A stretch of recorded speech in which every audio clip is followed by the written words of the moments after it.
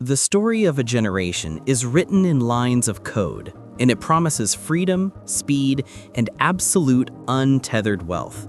It is the dream of the digital frontier, a new path to power that bypasses the old world. But what happens when that path is hijacked? When the promise of revolution turns into a sophisticated, invisible betrayal? This is the story of Chirag Tomar. He wasn't a bank robber. He didn't need a vault or a getaway car. He was a prodigy, a young mind with a profound, almost terrifying understanding of how trust works in the modern age. And in just a matter of days, he used that understanding to steal more than $20 million from people who are already rich in hope, if not in fortune. The architect of a lie.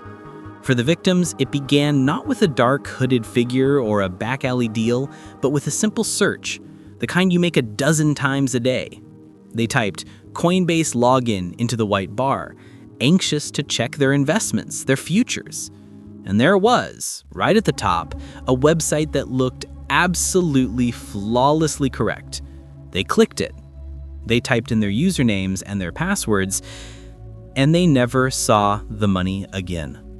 Tomar's genius was in its subtlety. He didn't hack Coinbase, he hacked us. He purchased a domain, https://www.google.com/search?Q=coinbasepro.com. A minor, almost imperceptible shift from the official site. Then he manipulated the unseen machinery of the internet, the search engine optimization, to make his perfect digital twin float to the top of the search results, waiting like a spider in a beautifully woven web. The victim would hit enter, and the fake site would flash a message, "Login failed." Frustration, perhaps, but not panic. Not yet. But in that instant, their digital keys were already harvested. The information was already on its way across the world. The final betrayal. But the true genius, the truly heartbreaking part of this deception came next. On the fake site, a phone number was clearly displayed: customer support. The victims, now confused and frustrated, would call it, believing they were seeking help. And on the other end, they weren't speaking to a bot or a recording. They were speaking to one of Tomar's co-conspirators, a calm, professional, human voice. This representative would walk them through a series of steps, sounding helpful, sounding official, until they asked for the final piece of the puzzle, the two-factor authentication code, the last line of defense. The victim, relieved to be solving the problem, would hand over that final secret. In that moment, the human element of trust, the very foundation of any society, was weaponized against them. Tomar and his team didn't just steal money, they stole security. They stole peace of mind. And within minutes of that final code being surrendered, the victim's portfolio, the hopes for a new house, for college tuition, for a comfortable retirement, was being liquidated. The crypto was shuffled through digital layers, washing the trail clean, converted into cash, and sent on its way. The blinding speed of greed.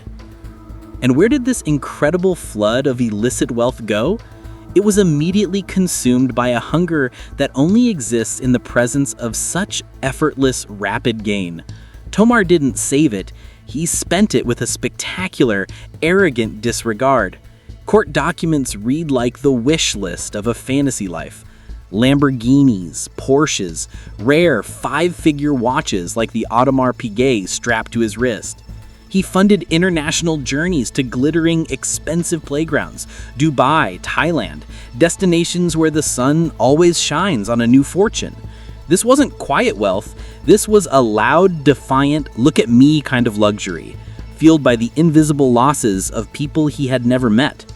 He lived for that speed, the rush of turning digital zeros and ones into the roar of an Italian engine. But that speed became his undoing. The trail that cannot be erased. In the vast, borderless expanse of the internet, there is a fundamental truth. Nothing is truly erased. Every transaction leaves a shadow. Every conversion leaves a mark. Federal investigators, including the Secret Service, followed that shadow. They followed the flow of the crypto, tracing its path from the victims' wallets, through the laundering services, and right into the accounts that funded the Porsches and the resorts. They were not chasing a ghost, they were chasing a paper trail written in code. The journey ended not in a dark alley or a tense standoff, but in the sterile, fluorescent anonymity of an American airport. In December 2023, Chirag Tomar, globe-trotting millionaire, stepped off a plane and was immediately placed under arrest at the Hartsfield-Jackson Atlanta International Airport. The extravagant five-star lifestyle vanished in a moment, replaced by the isolating silence of a holding cell.